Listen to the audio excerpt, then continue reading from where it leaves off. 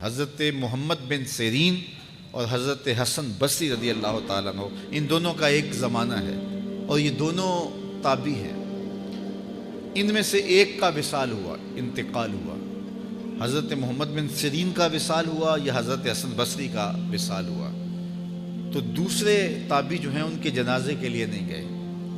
تو کسی نے ان کو پوچھا کہ آپ جنازے میں شامل نہیں ہوئے، تو انہوں نے کہا کہ میری نیت کا استحضار نہیں تھا۔ تو آج نیت کا استحضار تو دور کی بات ہے، ہماری نیت ہی دوسری ہوتی ہے، تو پھر اعمال خیر نہیں رہتے۔ تو یہ بنیادی چیز ہے۔ تو جو لوگ حج کرنے جا رہے ہیں وہ اپنی نیت کا استحضار اور نیت کی تنقیح اس کو اپنے اوپر لازم قرار دیں کہ کوئی اور غرض شامل نہ ہو، رضا الہی کا حصول یہ بنیادی نقطہ ہے حج کے مقاصد میں سے، کہ بندہ اس لیے اللہ کے حضور حج کرنے کے لیے جا رہا ہے۔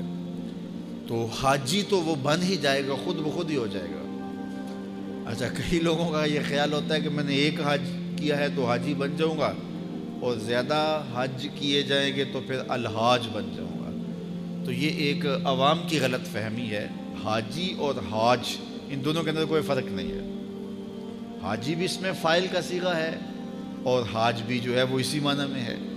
تو حاجی ہو یا حاج ہو، الحاج ہو، الحاج الف لام تو معرفہ کے لیے لگ گیا۔ تو اس سے یہ جو لوگوں کے اندر غلط فہمی ہے کہ حاجی ایک حج کرنے والے کو کہتے ہیں، اور الحاج کئی جس نے حج کیے ہو، جس نے فلاں تو الحاج ہے، یعنی اس نے بہت سارے حج کیے ہیں۔ تو ایک حج کرنے والا بھی الحاج ہو سکتا ہے اور متعدد حج کرنے والا بھی حاجی ہے۔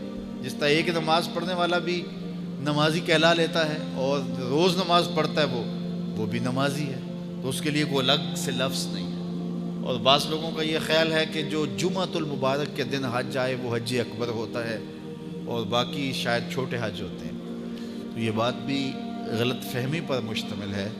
جمعۃ المبارک کے دن اگر کوئی حج آ جائے تو ظاہر ہے جمعہ کی برکتیں بھی ساتھ شامل ہوگی، لیکن حج اکبر یا حج اصغر کی یہ تقسیم نہیں ہے۔ عمرے کو حج اصغر کہا گیا ہے اور جو حج ہے اس کو حج اکبر کہا گیا ہے۔ تو ہر حج یہ حج اکبر ہی ہے، اور حج اصغر العمرہ وہ عمرہ ہے۔ تو یہ دو غلط فہمیاں ہم دور کر لیں کہ ایک تو حاجی اور حاج میں کوئی فرق نہیں ہے، حاجی بھی اس میں فاعل کا صیغہ ہے اور حاج بھی اسی معنی میں ہے۔ تو اگر کسی کو یہ شوق ہو کہ میں نے زیادہ حج کیے تو میں الحاج کہلا لوں گا، تو وہ جناب ایک سے بھی لکھ سکتا ہے۔ اس کو اگر اس لیے جانا ہے تو اتنے پیسے خرچ کرنے کی ضرورت نہیں ہے، وہ ایک حج سے بھی جو ہے وہ الحاج لکھ سکتا ہے۔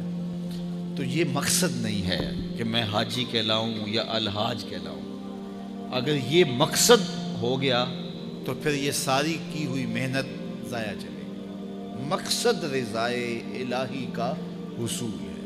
اللہ تعالیٰ جل شانہ یہ نصیب کرے، اور یہ حج کے بنیادی مقاصد میں سے ایک مقصد ہے کہ اللہ کی رضا کو حاصل کیا جائے۔ فرمایا تمہارے گوشت، تمہارے خون اللہ کو نہیں پہنچتے۔ یہ جو تم قربانیاں ذبح کرتے ہو، نہ تو خون پہنچتا ہے نہ تمہارا گوشت اللہ کو پہنچتا ہے۔